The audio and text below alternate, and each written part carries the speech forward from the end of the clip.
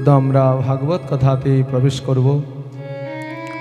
সর্বশেষে যারা এই ব্যাস মঞ্চে সন্নিকটস্থ স্থানে বসে শ্রীমদ্ ভাগবত কথা অমৃতাস্বাদনে সংকল্পিত হয়ে উপস্থিত হয়েছেন, দেখুন এই সুন্দর যে সভা এখানে রচনা হয়েছে, এর মুখ্য ভূমিকা হচ্ছে ভক্ত।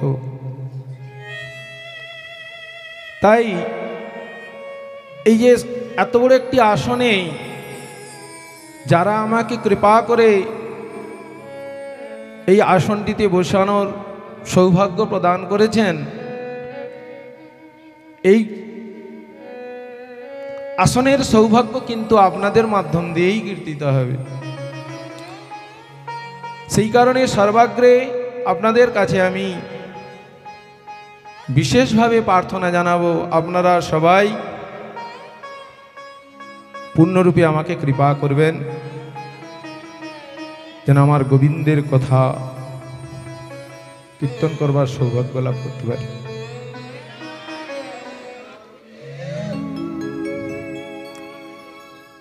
গঙ্গা পাপং শশিদাপং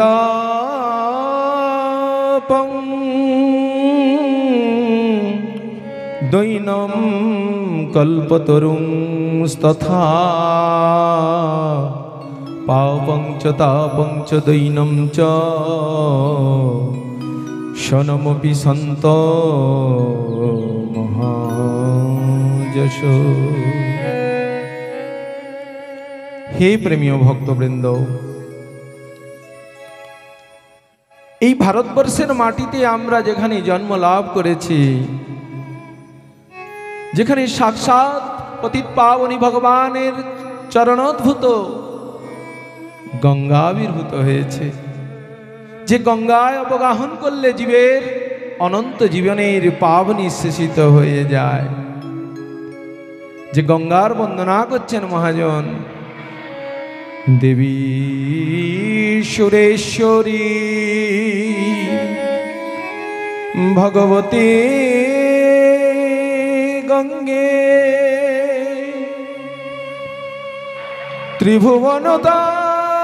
ত্রিভুবনতারিণী তরল তরঙ্গে শঙ্কর মৌলি নিবাসিনী বিমলে মম মতিরস্তাং তব পদ কমলে। জয় পতিত পাবনী শ্রদিনী গঙ্গা মহারানী কি। তো সেই গঙ্গার জলে যদি কেউ অবগাহন করে, গঙ্গা তার পাপকে বিধৌত করে দেন। চন্দ্রমার শীতল জ্যোৎস্নাতে যদি কেউ বসেন, চন্দ্রমা তার করুণা দিয়ে অঙ্গের তাপ বিদূরিত করে দেয়। কল্পবৃক্ষ বলে এক প্রকারের বৃক্ষ আছে, যে বৃক্ষের তলদেশে বসলে তার করুণায় আপনার নির্ধনতা দূরীভূত হয়ে যায়। হে ভক্তগণ, যদি কোনো ভক্ত, যদি কোনো শুদ্ধ সন্তের সম্মুখে চলে যান, সেই সন্ত যদি কাউকে কৃপা করেন, গঙ্গার পরশ হইলে পশ্চাতে পাব দর্শনে পবিত্র কর এই তোমার গুণ। হে শ্রোতা ভক্তবৃন্দ, মা গঙ্গা যেটা স্নান করলে দান করে, ভক্তকে দর্শন করলেই সেই ফল অনায়াসে লাভ করা যায়। এহেন পরম পতিত পাবনী ভক্ত এই সংসারে বড় দুর্লভ। ভগবান স্বয়ং তিনি করুণা করে এই জগতে ভক্ত রূপে এসেছেন। কি বলছেন? জীবেরে করুণা করি নন্দসুত হরি ভুবনী প্রকাশ শ্রী গুরু রূপ ধরি। এটা ভগবানের বিশেষ কৃপা। ভগবান স্বয়ং ভক্তের ভাব অঙ্গীকার করে এই জগতে আসেন আমাদের নেই পতিতকে উদ্ধার করবার জন্য, এবং তখনই তার পাবন শক্তি বিদ্যমান হয়ে থাকে। সেই কারণের জন্যে শুদ্ধ সন্ত বা শুদ্ধ ভক্ত যদি কৃপা করে কাউকে দর্শন করে, তাতেই হয়ে যায় গঙ্গা, চন্দ্রমা এবং কল্পবৃক্ষের করুণা। এই জন্য বললেন পাপং চ তাপং চ দৈনম চ সনমপি সন্ত মহাযশ। ক্ষণকাল মাত্র যদি এই রকম শুদ্ধ ভক্তের সঙ্গ আমরা লাভ করতে পারি, অনায়াসে আমাদের নিত্যধাম গোলক বৃন্দাবনে যাওয়ার সৌভাগ্য প্রাপ্ত হয়ে যায়। তো প্রকৃতপক্ষে এই সংসারে যদি ভগবানকে জানতে হয়, ভগবত কৃপা প্রাপ্ত হতে হয়, তাহলে ভক্ত কৃপা ছাড়া কোনোদিন সম্ভব নয়। এই দুর্লভ মনুষ্য জন্ম আমরা লাভ করেছি ভারতবর্ষের মাটিতে। পুরাণ শাস্ত্র আমাদের জানাচ্ছেন জীবিতং বিষ্ণু ভক্তস্য বরং পঞ্চদিনানি চ নতু কল্প সহস্রাণি ভক্তিহীনস্য কেশবে। হে প্রেমীয় শ্রোতা ভক্তবৃন্দ, ভক্তিহীন হয়ে ভগবানকে ভুলে গিয়ে এই সংসারে যদি আপনি শতবৎসর বেঁচে থাকেন, তাতে না হবে জগতের কল্যাণ, না হবে আপনার কল্যাণ। কিন্তু যদি ভগবত ভক্তির জন্যে, ভগবত অনুশীলনের জন্যে সংসারে মাত্র 5 দিনের জন্য বেঁচে থাকেন, তাতে আপনারও লাভ, জগতেরও লাভ। তাই শাস্ত্র সিদ্ধান্ত প্রদর্শন করলেন শ্রীমদ্ ভাগবত মহাপুরাণ। এই দেব দুর্লভ মনুষ্য জন্মের কর্তব্য কি? পরীক্ষিত মহারাজ ব্রহ্ম শাপগ্রস্ত হয়ে শ্রী গুরুপাদ পদ্মে শরণাগতির মূর্ত ভূমিকা নিয়ে প্রেয়ার করছেন। হে গুরুদেব, এই দুর্লভ মনুষ্য জন্মের কর্তব্য কি? যে জন্মটি আমরা লাভ করে আজ এই ভাগবত ব্যাসপীঠের সম্মুখে উপস্থিত হয়েছি, সবথেকে সৌভাগ্য কি জানেন? ব্যাসজি বলছেন শ্রীমদ্ ভাগবত মহাপুরাণে 18,000 মন্ত্রের মধ্যে, আজকে যে আমরা এই সুন্দর মহতি হরিকথা আস্বাদনে সংকল্পিত হয়ে এই ব্যাস মঞ্চে সম্মুখে উপস্থিত হয়েছি, এটাও বহু জন্মের সৌভাগ্য ফলে লাভ হয়েছে। ব্যাসজি বলছেন ভাগ্যোদয়েন বহু জন্ম সমর্জিতেন সৎসঙ্গমং চ লভতে পুরুষ যদা বৈ অজ্ঞান হেতু মোহমদান্ধকৃতা ন সংবিদায় হি তদোদয়েত বিবেক। হে ভক্তবৃন্দ, আজ যে আমরা এখানে সমবেত হয়ে উপস্থিত হয়েছি, আমার গোবিন্দের কথা, যে কথা শ্রবণের জন্যে দেবতাগণ পর্যন্ত দেবলোক পরিহার করে চলে আসেন এই মর্তধামে, সেই কথা সাধনের জন্য আমরা এসেছি এখানে। পরীক্ষিতের রাজসভাতেও এসেছিলেন দেবতাগণ অমৃতের কলস নিয়ে। পরীক্ষিতের সম্মুখে সেই ব্যাসপীঠে এসে মহর্ষি সুখদেবকে বলছেন, हे महर्षि, ये अमृत को পরীক্ষিত কো পিলা দো। আর আমরা সবাই দেবতাগণ ভাগবত রূপী রস আমাদেরকে পান করিয়ে দেন। এই কথা শ্রবণ করার সঙ্গে সঙ্গে মহর্ষি সুখদেব গোস্বামী একটু রুষ্ট হয়ে গেছিলেন। আরে দেবতাও, স্বর্গলোকের অমৃত কেবল অমরত্ব প্রদান করে, ভগবানকে দিতে পারে না। আর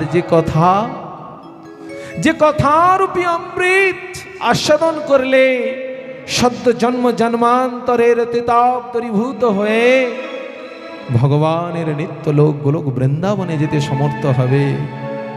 হে দেবতাও, আপনারা সামান্য এই জগতের এসে আপনারা অমৃতের সঙ্গে ভগবত কথারূপী অমৃতের তুলনা করছেন, ভাগিয়ে দিলেন সভা থেকে। তো সেই অমৃত পরীক্ষিত মহারাজকে তিনি প্রদান করছেন। যে ভাগবত মহাপুরাণের মধ্যে একটি উত্তম শ্লোক কীর্তন করলেন ব্যাসজি। এই দেব দুর্লভ মনুষ্য জন্ম যারা আমরা লাভ করেছি, এটা কিন্তু অল্প ভাগ্যে হয় না। এই সংসারে দুটো দুর্লভ বস্তু আছে।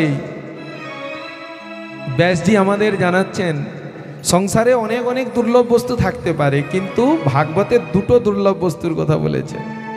কি সেটা? দুর্লভ মানুষ দেহিনা শনভঙ্গুর তত্রপি দুর্লভং মন্যে বৈকুণ্ঠ প্রিয় দর্শন। হে শ্রোতাও, শ্রীমদ্ ভাগবত মহাপুরাণ জানাচ্ছেন এই সংসারে এক দুর্লভ হচ্ছে মনুষ্য জন্ম। কেন জানেন? কলিসন্তরণ উপনিষদ বললেন যে এ দুর্লভ মনুষ্য জন্ম অল্প ভাগ্যে কিন্তু জীবের লাভ হয় না। কত জন্মের পরে আমরা মনুষ্য দেহ প্রাপ্ত হয়েছি, বলছেন তার চিত্রাঙ্কন করছেন কলিসন্তরণ উপনিষদ। জলজা নবলক্ষণী স্থাবরা লক্ষবিংশতি ক্রিময় রুদ্র শঙ্খকা পক্ষিণাম দশ লক্ষণম ত্রিংশ লক্ষাণি পশব চতুর্লক্ষাণি মানবা। এইভাবে আমাদের জন্ম জন্মান্তর এই শুধু কেবল জন্ম লাভ হয়েছে সংসারে, আর মৃত্যু হয়েছে। ৮০ লক্ষ জন্ম শেষ হয়ে গেছে বিভিন্ন জন্মেতে গিয়ে। পুনরপি জননম পুনরপি মরণম পুনরপি জননী জঠরে শয়নম।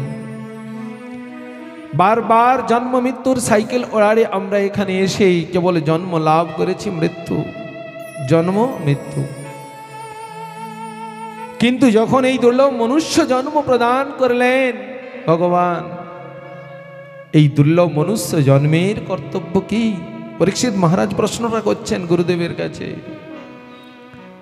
এই জগতে আমরা অনেকেই মনে করছি এই মনুষ্য জন্মটিকে সার্থক করব, এই জগতে এসে ভালো সুন্দর একটি গাড়ি বাড়ি ঘর টাকা পয়সা ব্যাংক ব্যালেন্স হবে। কিন্তু এটা প্রকৃতপক্ষে মনুষ্য জন্মের কর্তব্য নহে। মনুষ্য জন্মের কর্তব্য কি? ভগবানকে জানা, শ্রী গোবিন্দকে জানা, শ্রী হরিকে জানা। এই দুর্লভ মনুষ্য জন্ম যদি ভগবানকে না দিতে পারি, আমরা ভগবানকে যদি না জানতে পারি, তাহলে এই মনুষ্য জন্ম বৃথা হয়ে যাবে। আর এই দুর্লভ মনুষ্য জন্ম আমরা পাবো কিনা তার কোনো ওয়ারেন্টি নেই। তারপরে আবার ভারতবর্ষের মতন পবিত্র পবিত্র ধামেতে পবিত্র ক্ষেত্রে আমরা যে জন্ম লাভ করেছি, এটার জন্য আমাদের অনেক জন্ম সাধন করে আসতে হয়েছে। জানেন, পাশ্চাত্য দুনিয়ার মানুষগুলো যখন ভারতবর্ষের মাটিতে আসে, তারা এয়ারপোর্টে প্লেন থেকে নামার পরে ভারতবর্ষের এই চিন্ময় ভূমিকে প্রণাম করে আর প্রার্থনা করেন, হে গোবিন্দ, কেন আমার এই দুর্লভ জন্মটা ভারতবর্ষের পবিত্র মাটিতে হলো না, যেখানে শত শত ভক্তের চরণ ধুলা পড়েছে, যেখানে শত শত ভগবানের লীলাভূমি, এই ভারতবর্ষের মাটিতে আমাদের কেন জন্ম হলো না? সেই জন্যে হে প্রেমীয় ভক্ত শ্রোতাবৃন্দ, এই দেব দুর্লভ মনুষ্য জন্মটি ভারতবর্ষের মাটিতে জন্ম লাভ করে মহাজন জানাচ্ছেন, ভারত ভূমিতে মনুষ্য জন্ম,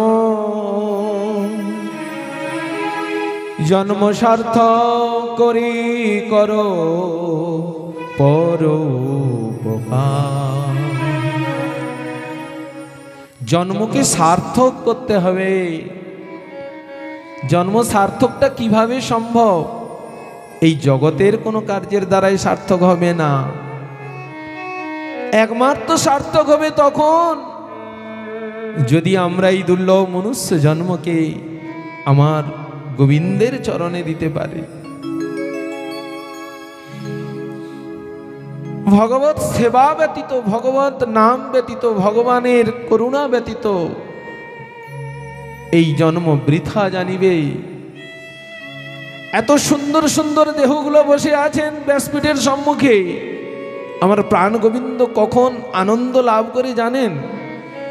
যখন এই সুন্দর সুন্দর দেহগুলো একটু গোবিন্দের চরণতলে এসে প্রণিপাত হয়ে প্রার্থনা করেন, হে গোবিন্দ, কত জন্ম আমি এই সংসার সমুদ্রে কেবল দুঃখই লাভ করেছি, এখন তোমার করুণায় তোমাকে একটু সেবা করবার সৌভাগ্য লাভ করেছি,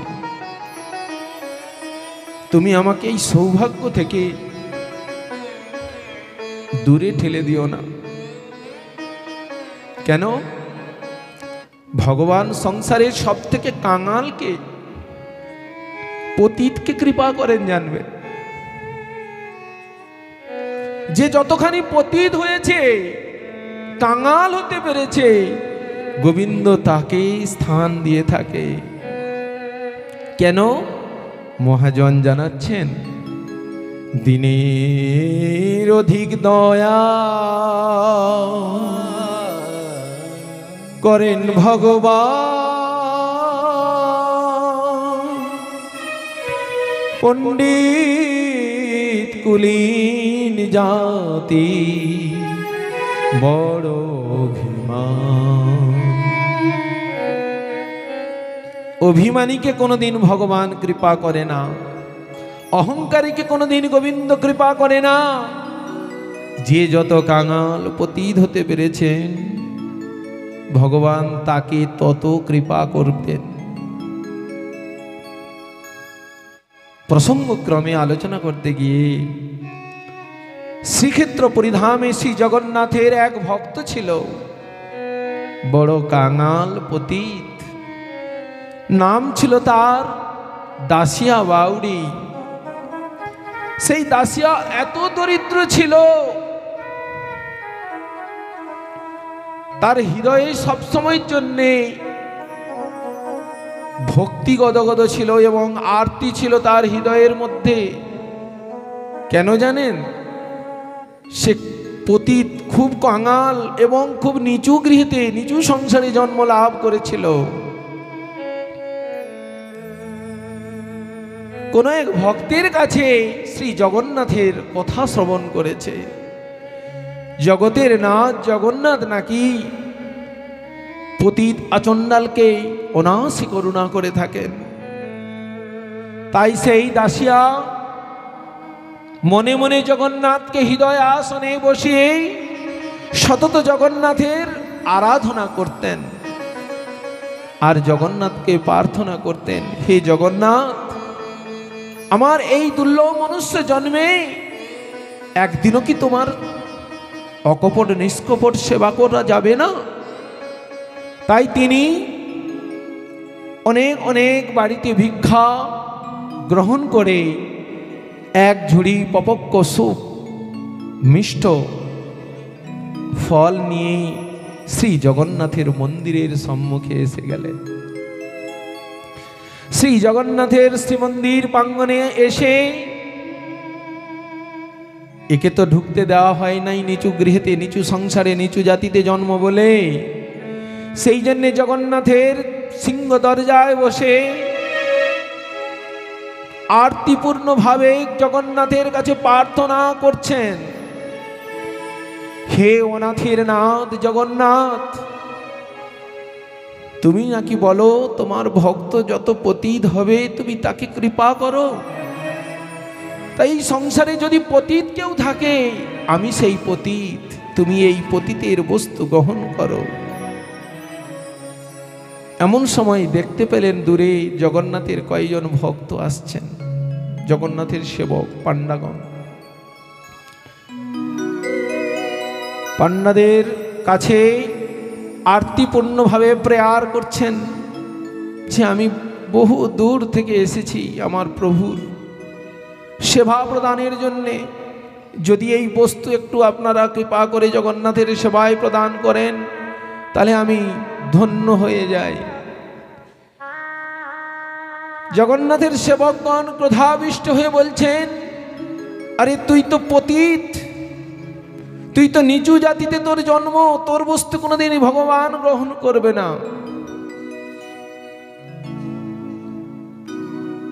বলে দূরে ছুঁড়ে ফেলে দিলেন। সেই মিষ্ট পক্ষ আমগুলো নিয়ে শ্রী মন্দির থেকে কিছুটা দূরে গিয়ে ক্রন্দন করতে করতে প্রার্থনা করছেন, জয় জয় জগন্নাথ,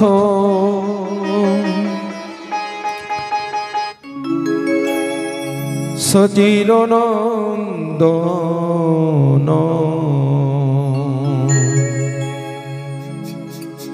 জয় জয় জগন্নাথ, সচির নন্দন, জয় জয় জগন্নাথ, সচির নন্দন, ত্রিভুবন করে যা চরণ বন্দন,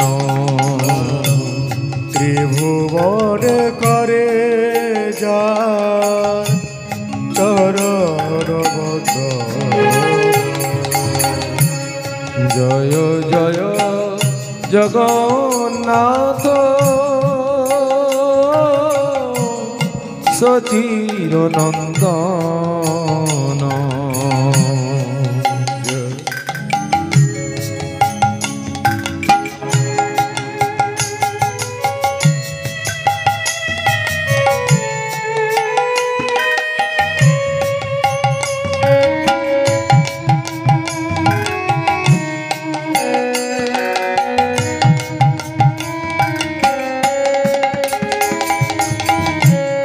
নীলাচলে শঙ্খ চক্র গদা পদ্মধর, নীলাচলে শঙ্খ চক্র সাউন্ডটা ঠিক গদা পদ্মধর, নীলাচলে শঙ্খ চক্র গদা পদ্মধর, নীলাচলে শঙ্খ চক্র গদা পদ্মধর, নদিয়া নগরে দণ্ড কমণ্ডল দুনিয়া নগরে দণ্ড কমণ্ডলুধর জয় জয় জগন্নাথ সচিরনন্দ জয় জয় জগন্নাথ সচিরানন্দ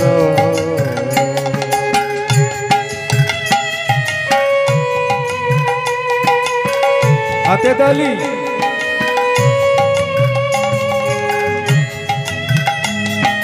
কীর্তনের সামনে হাতে তালি দিতে হবে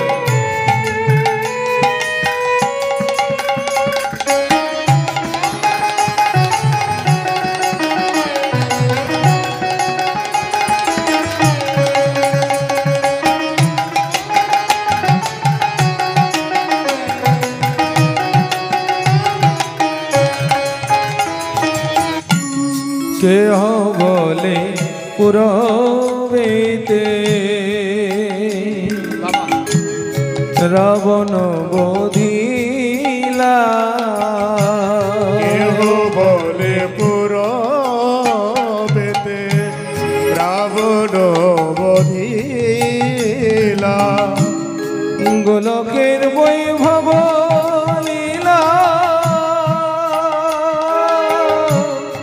প্রকাশ করিলা গোলকের বৈভব লীলা প্রকাশ করিলা জয় জয় জগন্নাথ সচিরানন্দন জয় জয় জগন্নাথ সচিরানন্দন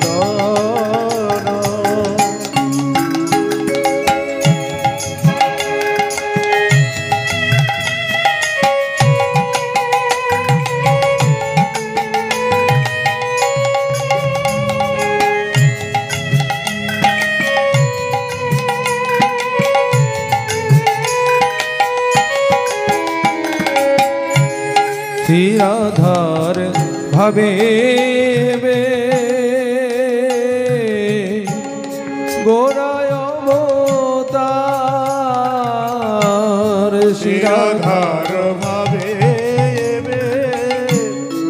গোরায় অবতার রাধার ভাবে গোরায় অবতার শ্রীরাধার ভাবে গোরায় অবতার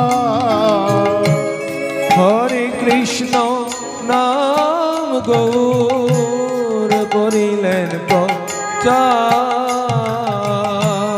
হরে কৃষ্ণ নাম গৌর করিলা প্রচার জয় জয় জগন্নাথ সচিরানন্দ জয় জয় জগন্নাথ সচিরানন্দ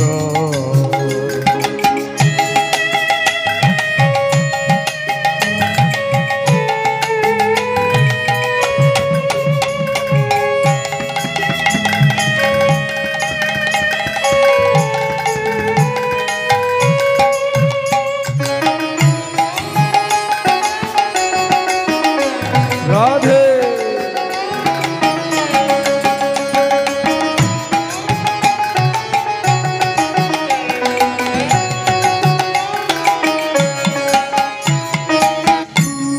বাসুদেব ঘোষ বলে করি জোড়ো হাত বাসুদেব ঘোষ বলে করি জোর হাত বাসুদেব ঘোষ বলে করি জোড়ো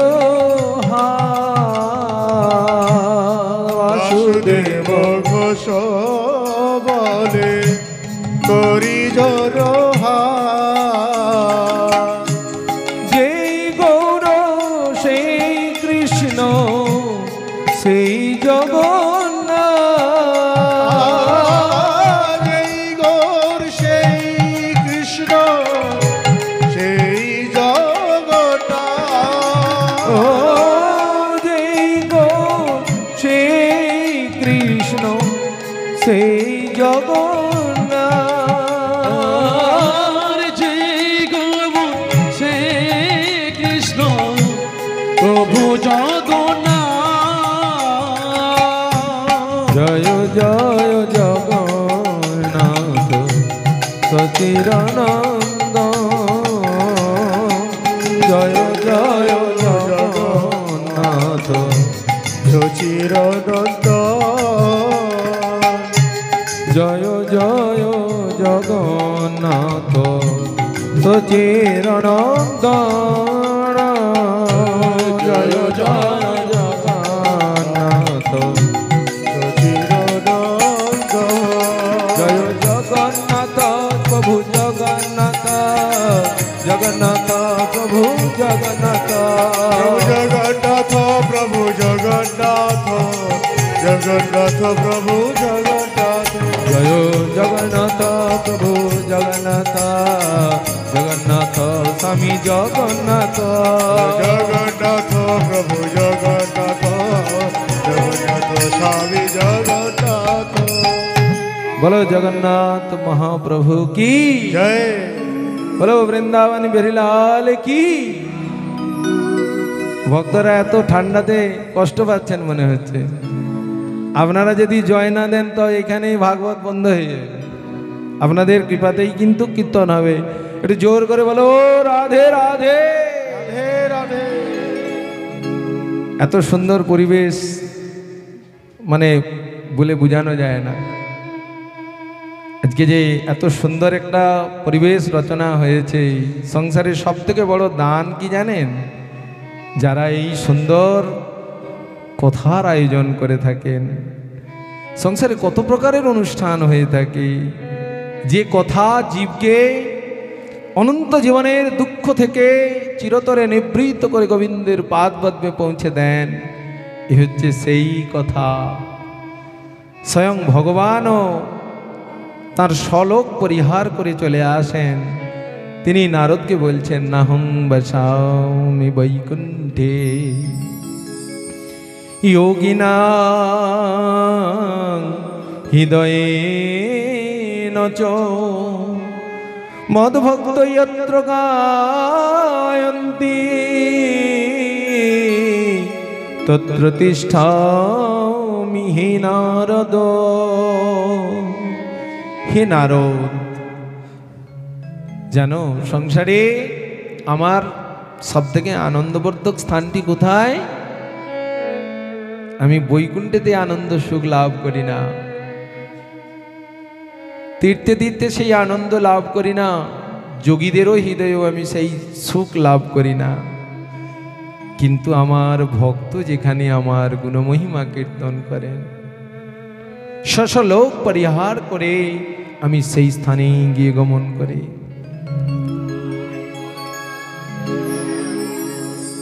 তাই আজ এই মামুদপুর, যেখানে আমরা শ্রী ভগবানের কথা শ্রবণের জন্য আসন অলঙ্কৃত করে বসেছি, এটা কই সাধারণ স্থান নয়, সাক্ষাৎ ভগবত ধাম, যেখানে বৈষ্ণব ভক্তগণ একত্রিত হয়ে গোবিন্দের কথা শ্রবণ করেন। চলুন আমরা ফিরে যাই সেই দাসিয়ার আরতিপূর্ণ সেই যে পপক্ক আমগুলো নিয়ে নয়নের বাড়ি প্রদান করে শ্রী জগন্নাথকে প্রার্থনা করছেন, হে জগন্নাথ, তুমি এই দাসিয়ার বস্তু গ্রহণ করো। নয়নের জলে যখন বিন্দু বিন্দু করে সেই আম্র ফলের উপরে নয়নের বাড়ি দিয়ে মন তুলসী ভক্তি চন্দন দিয়ে শ্রী জগন্নাথকে প্রেয়ার করলেন, জগন্নাথ ভক্তের বস্তু সব গ্রহণ করে নিলেন। এই সংসারে সব থেকে বড় অভাব কি জানেন? আমাদের সব থেকে বড় অভাব হচ্ছে নয়নের জল আমাদের পড়ে না। এই জগতে কিছু পার্থিব ধনের আকাঙ্ক্ষা হলে তখন আমাদের আপনা থেকেই জল এসে যায়, কিন্তু গোবিন্দকে ভক্তি করবার জন্যে, গোবিন্দকে সেবা দান করবার জন্যে নয়নের বাড়ি আসে না। ভগবান ভক্তকে দেখাচ্ছেন সংসারে তিনি ভক্তকে কত করুণা করেন, ভক্তের কৃপা কিভাবে হয় শ্রীক্ষেত্র পরিধামে দেখাচ্ছেন। নয়নটি খুলে দেখছে ঝুড়িতে একটাও ফল নেই, সব শেষ। গেল কোথায় ফলগুলো? জগন্নাথের পাণ্ডা জগন্নাথকে শয়ন দিয়ে মন্দির পরিহার করে গৃহেতে গিয়েছেন। জগন্নাথ বলছে, ওহে সেবক, আজ তোমরা যা কিছু আমাকে প্রদান করেছো একটাও বস্তু আমি গ্রহণ করি না। কেন জানেন? তোমরা আমার ভক্তকে আমার শ্রীমন্দিরে প্রবেশ করবার জন্য বাধা প্রদান করেছো, তার বস্তু তুমি আমাকে প্রদান করো নাই। আমি তো প্রতি যুগে যুগে ভক্তের বস্তু গ্রহণ করে থাকি। ভক্তের দ্রব্য প্রভু কারি কারি খায়, অভক্ত দ্রব্য প্রভু উলটি না চায়। মহাপ্রভু শ্রীকৃষ্ণ চৈতন্য যখন শ্রী জগন্নাথ ক্ষেত্রে রঘুনাথ দাস গোস্বামী ভক্তি ভজন করবার জন্য গিয়েছিলেন মহাপ্রভুর চরণে, জগন্নাথের পাচিত অন্নগুলো, যেগুলো তৈলম্ব গাভী বলে এক গাভী মাতা গ্রহণ করে না, চলে যায়, সেই কুণ্ড থেকে জগন্নাথের পাচিত অন্ন তুলে নিয়েছে, ভাঁড়ের মধ্যে ভিজিয়ে রেখে শক্ত শক্ত অন্নগুলো পরের দিন তুলে একটু লবণ লঙ্কা মাখিয়ে গোবিন্দকে অর্পণ করছেন। মহাপ্রভু শ্রীকৃষ্ণ চৈতন্য এসে গেলেন। এসে কি করলেন? ওখান থেকে এক রঞ্জ তুলে নিয়ে আস্বাদন করবার জন্য যখন তৈরি হয়ে গেলেন, রঘুনাথ হাতটা ধরে নিলেন, বলছেন, প্রভু, সংসারে কত উত্তম উত্তম বস্তু থাকতে থাকতে আমার এই সামান্যতম নোংরা জিনিসগুলো তুমি গ্রহণ করছো। বলছে, জানো রঘুনাথ, তোমার হস্তের ওই যে বস্তুগুলো অমৃত থেকেও আরো আরো শ গুণ কোটি কোটি গুণ মূল্যবান। তুমি তো জানো ভগবান ভক্তের দ্রব্য প্রতি যুগে যুগে গ্রহণ করে থাকে। দুর্যোধনের রাজপ্রাসাদে রাজ অন্নকে পরিহার করে কোথায় সেই বিদুরানী, হ্যাঁ, যে বিদুরানীর পরনের বস্ত্র পর্যন্ত ঠিক ছিল না,